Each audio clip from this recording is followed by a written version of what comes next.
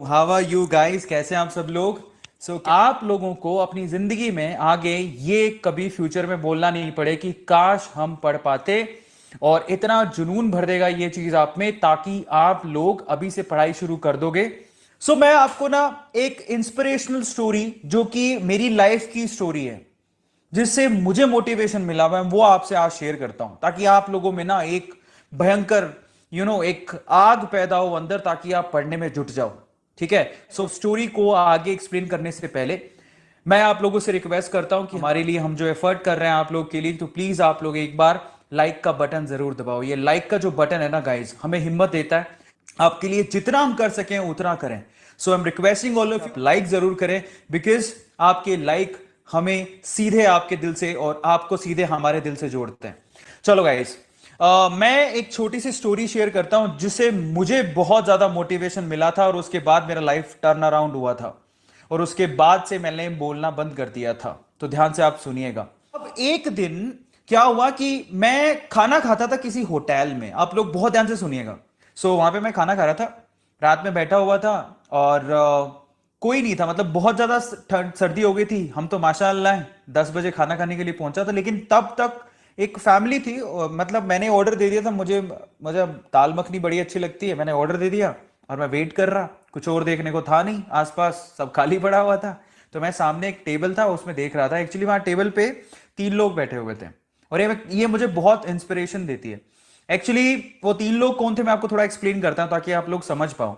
तो उन 3 लोगों में एक बूढ़ी माँ थी, जो वो खाना खा रहे थे, और उनका एक हस्बैंड थे, उनके हस्बैंड थे, और उनका बेटा था। ध्यान से सुनिएगा। बूढ़ी माँ ऑलमोस्ट 60 साल की होगी, उनके हस्बैंड 65 ईयर अराउंड होंगे, और उनका बेटा था जो आई थिंक 35-40 अराउंड होगा, 41 साल का होगा। तो खाना ऑलमोस्ट खत्म कर चुके थे, मैं अपने खाने की वेट कर रहा था। अचानक से वेटर आया और उसको बिल देने के लिए। तो मेरा क्वेश्चन है बहुत सिंपल, मैं काफी लोगों से पूछता हूं, आप लोग मुझे जवाब दीजिएगा। वेटर आया बिल लेकर, और बिल उसने टेबल पे रखा। मेरा सवाल ये आगे मैं बाद में बताऊंगा, सबसे पहले आप लोग मुझे बताइए, सब लोग, मेरा सवाल ये है कि अगर इस सिचुएशन में आप होते, मतलब आप अपने मोम डैड के साथ हो, आप 40 ईयर्स के हो चुके हो, आप अपने मोम डैड के साथ हो, आप मुझे बताइए कि वो जो बिल आया वो किसको पे करना चाहिए। आप लोग मुझे बताओ, वो जो बिल आया वो किसको पे करना चाहिए। मतलब ऑलमोस्ट बेटे को, सब लोग मानते हैं कि बेटे को पे करना चाहिए, समबडी सिंह माँ को पे करना चाहिए। भाई साहब कब तक माँ पे करेगी।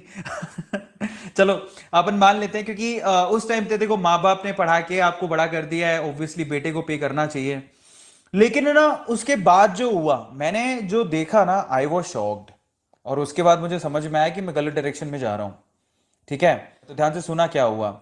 एक्चुअली में क्या हुआ, जब वो बिल आया तो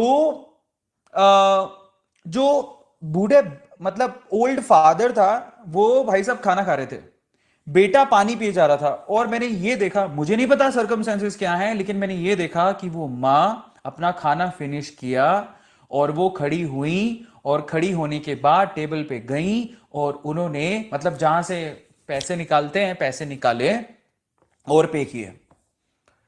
एंड आई वॉज शॉक्ड। मुझे नहीं पता उनकी सिचुएशन क्या थी, मैं नहीं जानता, लेकिन ये जब हुआ तो मेरी मतलब दिमाग की घंटी बजी। मैंने कहा भाई साहब कुछ तो गलत हो रहा है।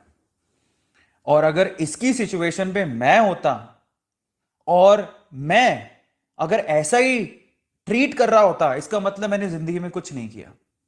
मतलब आप समझिए कि आप सब लोगों को बोल रहा हूं, ध्यान से सुनिएगा, कि अगर आप अपनी लाइफ में 40 35 40 साल के होने के बाद भी अगर अपने माँ बाप को आप खाना नहीं खिला सकते हो एक सिंपल से होटल में, इसका मतलब आप लाइफ में कुछ नहीं किए।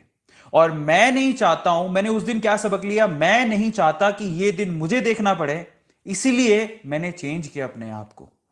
मैं नहीं चाहता कि ये दिन मुझे देखना पड़े कि मैं खुद को फीड नहीं कर पा रहा, खुद के माँ बाप को फीड नहीं कर पा रहा, ऐसा दिन मुझे नहीं देखना।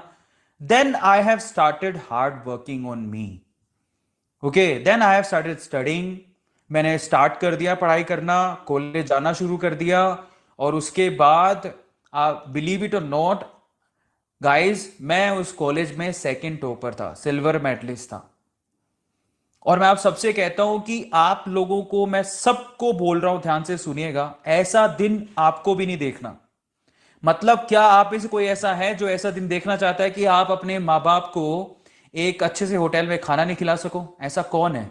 कोई नहीं है। सब लोग चाहते हैं कि कम से कम यार माँ बाप इतना हमारे लिए कर रहे हैं कि हम लोग उनको एक अच्छे होटल में खाना खिला सकें, उनकी सेवा कर सकें। इतना तो होगा ना। तो आप लोगों से रिक्वेस्ट कर रहा हूं, और आप सब लोग, मुझे पता है मेरी बात आप लोग मानते हो, और जो लोग मानते हैं तो मैं सबसे कहता हूं डू वर्क हार्ड गाइज। देखिए, अपने लिए, अपनी लाइफ के लिए, अपने पेरेंट्स के लिए, सोशली, सबके लिए आपको हार्डवर्क करना है, ताकि हमें जिंदगी में कभी ऐसा बोलना नहीं पड़े शायद मैं पढ़ लेता तो आज मैं कहीं और होता। ये आपको जिंदगी में नहीं बोलना।